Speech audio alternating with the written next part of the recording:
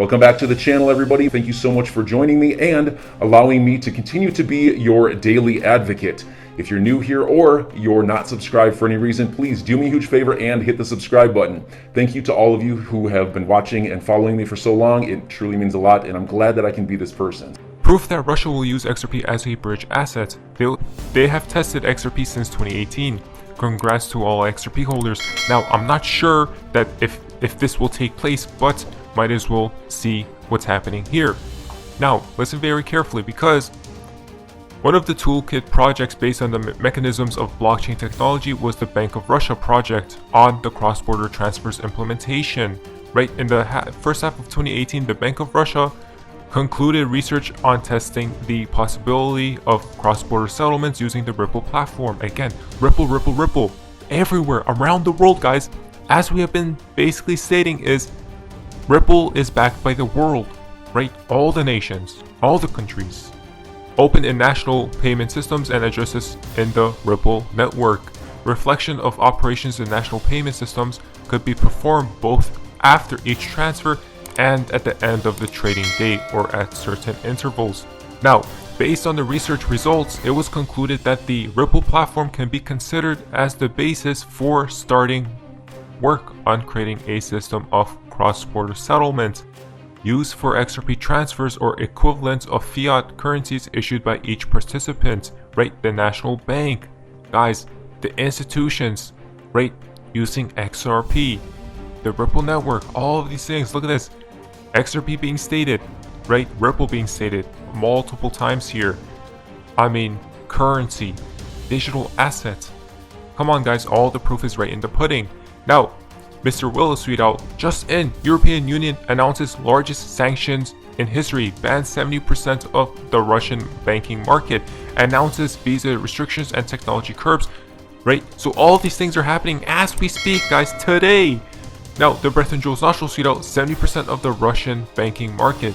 Recall Christine Lagarde and the magic number 7. Isn't this interesting? Listen very carefully, because they love using these certain numbers, guys. Let me highlight some of the most important points. First, this package includes financial sanctions that cut Russia's access to the most important capital markets. We're now targeting 70% of the Russian banking market, but also key state-owned companies, including the field of defense. And these sanctions will increase Russia's borrowing costs, raise inflation, and gradually erode Russia's industrial base. We are also targeting the Russian elite by curbing their deposits so that they cannot hide their money anymore in safe havens in Europe. The second main pillar targets the energy sector, a key economic area which especially benefits the Russian state. Our export ban will hit the oil by making it impossible for Russia to upgrade its oil refineries, which gave actually Russia export revenues of 24 billion euros in 2019. The third topic is that we ban the sale of all aircraft spare parts and equipment to Russian airlines. This will degrade the key sector of Russia's economy and the country's connectivity. 3/4 of Russia's current commercial air fleets were built in the European Union, the US and Canada, and therefore they are massively depending on that. The fourth point is we are limiting Russia's access to crucial technology. We will hit Russia's access to important technologies it needs to build a prosperous future, such as semiconductors or cutting-edge technologies. And finally, on visas, diplomats and related groups and business people will no longer have privileged access to the European Union. So guys, I mean, so much seems to be happening at the end of the day, right? Recently with all these events taking place. Now, CNBC now has tweeted out breaking: EU, US, UK, Canada pledge to remove selected Russian banks from interbank messaging system SWIFT. Again, SWIFT has been coming into the play, right? Recently, a lot, guys. We have known this from years ago, basically, right? And now, the people, the regular Joes, are starting to figure out what SWIFT really is. If you go here quickly, now, this will ensure that these banks are disconnected from the international financial system and harm their ability to operate globally. Guys, look at that. This is insane, guys. What? Right? About SWIFT, and if we go here, which connects to this tweet from Crypto Knowledge, Russia can leave SWIFT for AIIB, and then CIPS, which is SIPs. No problem. Russian banks are number 2 on the listing or list accepting SIPs, right? Look at this. Remember this picture we have shown a few times before. Look at this transfer of system west to east from SWIFT to this, right? Which will use XRP, guys. You guys can see cash is now gone at that. So it's absolutely insane because we see cross-border interbank payment system that these things are happening, right, guys? Look at this number of banks accepting SIPs, guys. Japan, Russia, number 2, right? All next week comes from XP Crypto Wolf. Now, guys, what is actually happening? European Central Bank President Christine Lagarde said European Union should move quickly to approve cryptocurrency regulations that prevents Russia from evading sanctions after invading Ukraine. Guys, what is going on? Look at this, crypto regulations, right? The Grim Reaper.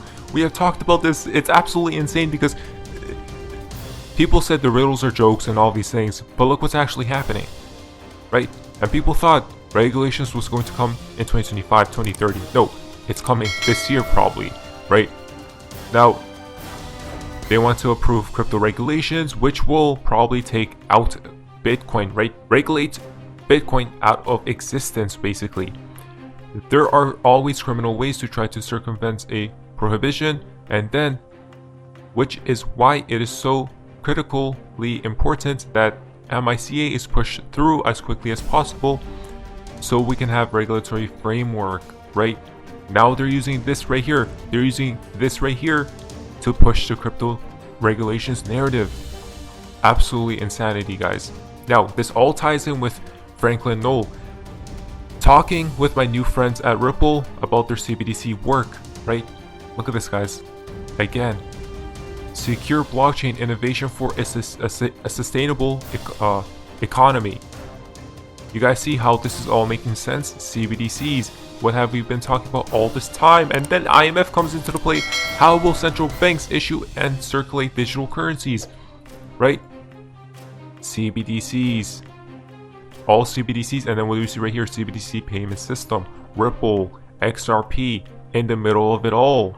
We don't make these things up. Next week comes from Riz XRP. XRP, the bridge 4 seconds to settle, right? That's the fee, guys. Basically, cents transaction fee, connected globally, ready to go. Currencies. So, for example, USD goes into exchanges, right? Digital asset exchange to XRP, and then back to the digital asset exchange or bank. You guys can see bank to bank, and then back to the beneficiaries, right? So we can see how this is taking place as we see XRP in the heart of it all, like we have been talking about all this time, guys, right? The heart, XRP, the heart of it all. Now, documenting Bitcoin, as we know, this legend was celebrating Bitcoin reaching $100. Think about this for a second, right? A lot of people will do the same, in my humble opinion. And then where did Bitcoin go from $100 to $69,000? Just think about this. Have an open mind, guys. I'm right here watching history be made. Bitcoin is now up to $111. It's an all-time high, and it's continuing to rise. I've seen it break 3 times today. Went up to 110, and this is the highest that it's been. It's ridiculous. Last trade, 189 Bitcoin for $111 piece. That's amazing to me. I mean, just look at this graph. You see this graph? That's the last 3 hours. Give me a second, I'll switch it up. I'm right here. That's what's going to be, right, when XRP reaches $10. A lot of people, in my humble opinion, will sell and it'll go higher. Now, quickly, if you go to Benjamin Cohen's tweet, there has been a lot of talks about rate hikes and all these things, right? Now, they're thinking they probably shouldn't raise interest rates and all these things, but let's take a look at this, which is interesting. The 2017 Bitcoin market cycle peak occurred during a rate hiking cycle. In fact, that bull run started when the Fed began hiking rates. Clearly, market conditions are different, but the idea that markets can only go down when the Fed raises interest rates is simply not true, right? As we see right here. Back in the previous bull run, they raised it, and then Bitcoin was skyrocketing. basically. So enjoy your day, everybody. I'm always here for you. Leave any comments or questions below, and be sure to subscribe. But thanks, everybody. I really appreciate you. Enjoy your day, and I always have your back. So thanks so much, everybody.